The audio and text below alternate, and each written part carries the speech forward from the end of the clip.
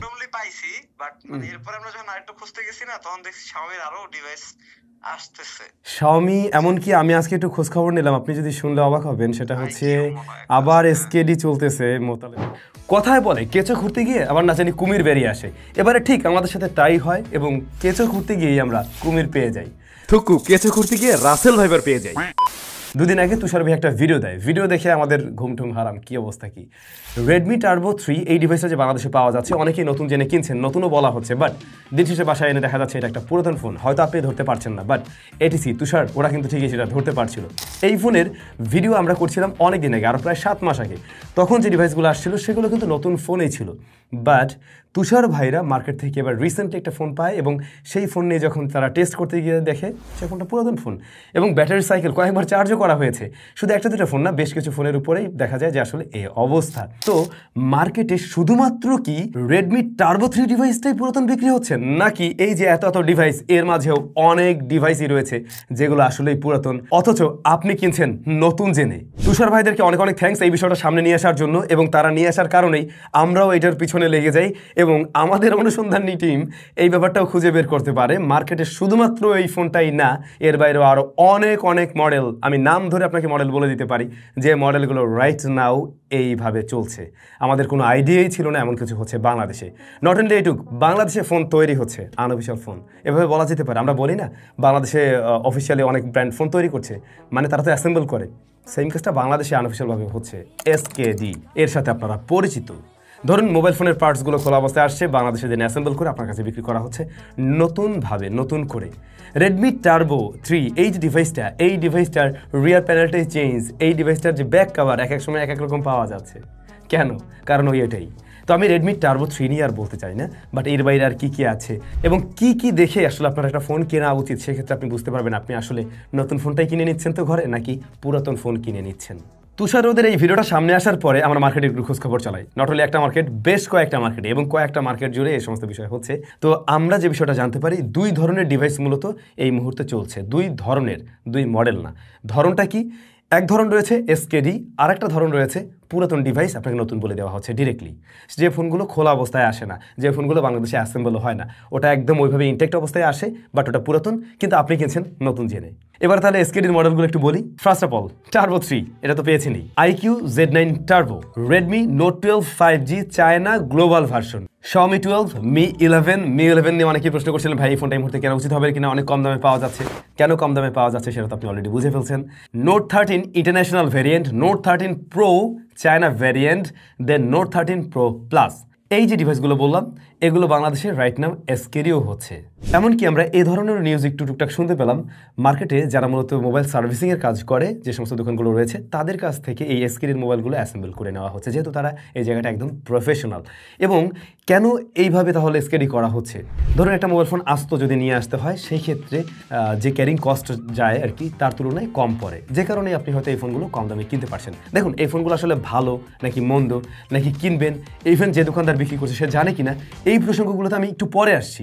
এরপরে যদি আমরা যাই ইউজড ফোনের কাছে, রাইট নাও রয়েছে রেডমি নোট 14 প্রো প্লাস। এই ফোনটার ইউজড, ওই যে 15 দিন 14 দিন ইউজড, অল্প কিছুদিন ইউজড, ওই ডিভাইসগুলো অলরেডি চলে আসছে। তারপরে নিও 9, এই ফোনটাও কিন্তু মার্কেটে ইউজড আছে। এবারে আসি আপনি কোন বিষয়টা দেখলে বুঝতে পারবেন এই ফোনটা আসলে নতুন না, এই ফোনটা একটা ইউজড ফোন বা স্কেডির ফোন, কিন্তু আপনাকে বলা হচ্ছে নতুন ফোন হিসেবে। ফার্স্ট অফ অল ইউজড ফোনের ক্ষেত্রে যদি আমরা যাই, এই ফোনগুলোর উপরেও দেখবেন কি পলি লাগানো থাকে, সুন্দর পলি লাগানো থাকে, নতুন ফোনে যেমনটা আমরা দেখতে পাই। বাট যদি একটু ভালো করে খেয়াল করেন, পুরাতন ফোনগুলোর উপরে যে পলিটা থাকে সেটা মার্কেটের পলি, সেটা কোম্পানির দেওয়া পলির মতো অত শক্ত না, এগুলো আরও বেশি পাতলা হয়ে থাকে। দেখলে বোঝা যায় যে এটা আসলে অরিজিনাল পলি না। ইভেন ওই পলির মাঝামাঝি একটা চিকন দাগ থাকে, সেটার দিকে আপনি খেয়াল রাখতে পারেন। আবার অনেকগুলো দেখবেন বক্সের ব্যাক কাভারটাও ডিফারেন্ট, নতুন ব্যাক কাভার যেমনটা থাকে বা এর আগে যেমনটা দেখছেন তেমন না, এটা একটা ডিফারেন্ট ব্যাক কাভার দিয়ে আসছে, ব্যাক প্যানেলটাও ডিফারেন্ট। আপনি ভাবতে পারেন স্পেশাল এডিশন, ওটা আসলে স্পেশাল এডিশন না, ওটা আপনার জন্য পুরাতন ফোনে নতুন রূপে আসছে আর কি, দ্যাটস ইট।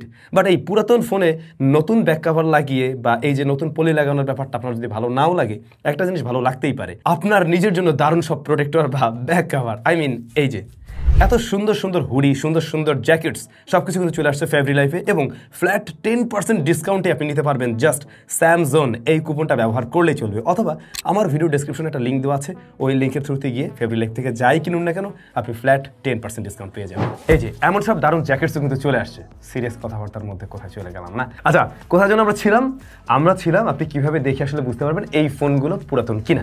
এরপরে এসকেডির যে ফোনগুলো রয়েছে সেই ফোনগুলোর আপনি একটু ভালো করে খেয়াল করতে পারেন ওই ফোনগুলোর আশেপাশে কোথাও আঠা লেগে আছে কিনা। মানে ওই কোম্পানিতে আসলে অ্যাসেম্বল হওয়া এক জিনিস, আর বাংলাদেশে আমাদের যারা এই যে সার্ভিস সেন্টারের পার্সন রয়েছে যতই যত্ন সহকারে করুক না কেন কিছু তো চিহ্ন রেখে দেবেই। আপনি একটু ভালো করে খেয়াল করবেন। পুরাতন যে ফোনগুলো রয়েছে সেগুলোর ক্ষেত্রে চার্জিং পোর্টের দিকে ভালো করে খেয়াল করা যেতে পারে। পছন্দের ফোনটা কেনার সময় দেখুন তার বক্সটা আসলে অরিজিনাল কিনা, ইভেন IMEI ম্যাচ করছে কিনা, এমনকি বক্সটা একদম কাটাছেঁড়া টাইপের কিনা। ফোনটা যিনি কিনা সেল করছে তার আফটার সেল সার্ভিস সম্বন্ধে আরও ভালো করে আপনি জেনে নিন। যারা এই যে আমাদের ভিডিওগুলো দেখেন, আমাদের যারা স্পন্সর রয়েছে তাদের কাছ থেকে যদি কখনো এই ধরনের প্রতারণার শিকার আপনি হয়ে থাকেন, সরাসরি আমাদের সাথে যোগাযোগ করুন, আমাদের গ্রুপে পোস্ট করুন, অথবা আমাদের যারা মডারেটর রয়েছে কমিউনিটির আর কি তাদের সাথে যোগাযোগ করুন। আমরা নিজেরাই সরাসরি আপনাদেরকে সেভাবে হেল্প করার ট্রাই করব। আর অলরেডি যারা এই মডেলগুলো কিনে ফেলছেন আপনি চাইলে কিন্তু নিজেও চেক করতে পারেন। ডেপ চেক যে অ্যাপটা রয়েছে বা আরও বেশ কিছু অ্যাপ রয়েছে যার থ্রুতে কিন্তু আপনি খুব সহজেই দেখতে পারেন আপনার ফোনটা এর আগেও চার্জ করা হয়েছে কিনা। ইভেন আপনি রেডমি ফোনগুলোতে কিন্তু চাইলে অ্যাক্টিভেশন ডেটটাও দেখে নিতে পারেন। এখন এই প্রশ্নটা আসা খুব স্বাভাবিক, তাহলে এই যে মডেলগুলো নিয়ে কথা হলো, এই প্রত্যেকটা মডেল যে সমস্ত শপ ওনার বিক্রি করছে সবাই কি জেনে বুঝে দেন বিক্রি করছে যে আমি একটা পুরাতন ফোন নতুন বলে বিক্রি করে দিচ্ছি? আমার মনে হয় ব্যাপারটা মোটেই এমন না। হ্যাঁ, এই মডেলেরই কিছু ফোন তো অবশ্যই আছে যেগুলো অরিজিনাল, যেগুলো একদম নতুন ইনট্যাক্ট ফোন। এখন এইটা ফাইন্ড আউট করতে হবে আপনাকেই।